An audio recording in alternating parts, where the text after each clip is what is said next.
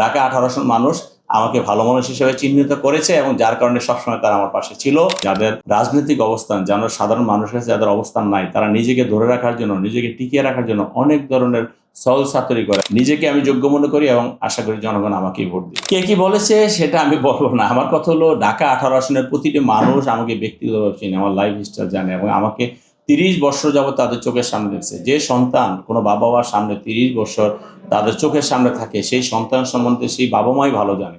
অর্থাৎ আমি বলছি, ঢাকা 18 আসনে আমার যে মানুষগুলো আছে, যে নেতাকর্মী আছে, পাশাপাশি যে জনগণ আছে, সিনিয়র সিটিজেন আছে, তারা আমার সম্বন্ধে অনেক ভালো জানে। অন্য কেউ কি বললো না বললো সেভাবে আমার কথা বলতে আমি নারাজ। আমার বক্তব্য হলো,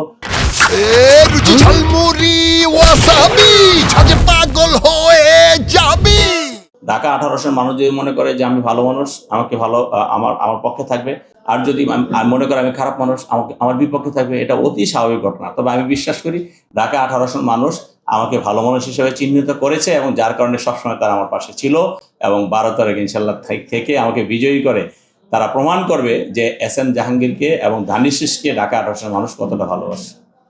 ইলেকশনের আগের দিন সব মিলিয়ে আপনি কতটা আশাবাদী, একই সাথে কোনো দুশ্চিন্তা বা শঙ্কা আছে কিনা? ধন্যবাদ। ইনশাল্লাহ না, আমার ভিতরে কোনো দুশ্চিন্তা নাই। আমি নেতাকর্মীদের প্রতি আশাবাদী। নেতাকর্মীরা খুব সিরিয়াসলি কাজ করছে এবং এখনও তারা মাঠে আছে এবং আমি বিশ্বাস করি যে আগামী দিন ইনশাল্লাহ একটা সুস্থ ভোট হবে। সেই সুস্থ ভোটে বিএনপি ধানের বিজয়ী করবে। পাশাপাশি আমরা দীর্ঘদিন এই এলাকায় রাজনীতি করি। দেখেন, আমরা রাজনীতি করার কারণে আমাদের শিকড় কিন্তু অনেক গভীরে।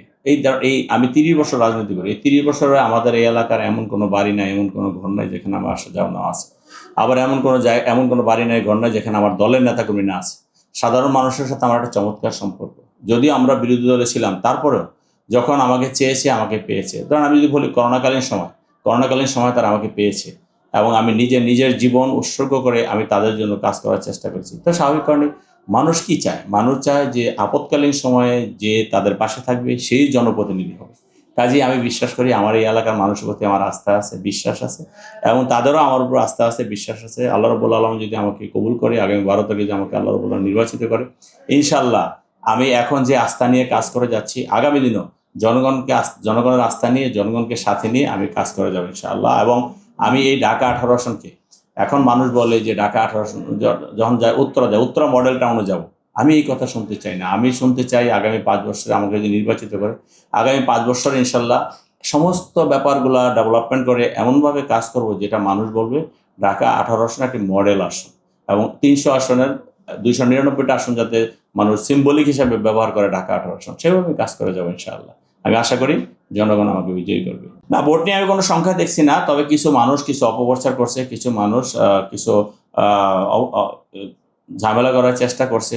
আপনারা অনেক সময় দেখেছেন যে যাদের রাজনৈতিক অবস্থান, যেন সাধারণ মানুষের কাছে যাদের অবস্থান নাই, তারা নিজেকে ধরে রাখার জন্য, নিজেকে টিকিয়ে রাখার জন্য অনেক ধরনের সল সাতরি করে। আমি গ্রাম্য ভাষায় বললাম, সল সাতরি করে।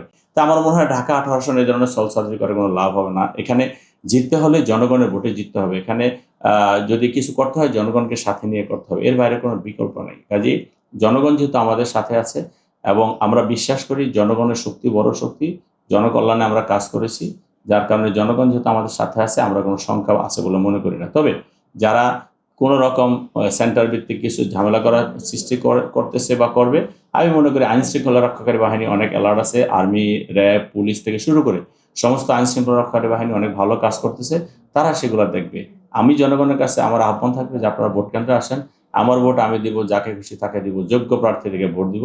ইনশাল্লাহ আমি নিজেকে যোগ্য মনে করি এবং আশা করি জনগণ আমাকেই ভোট দিবে।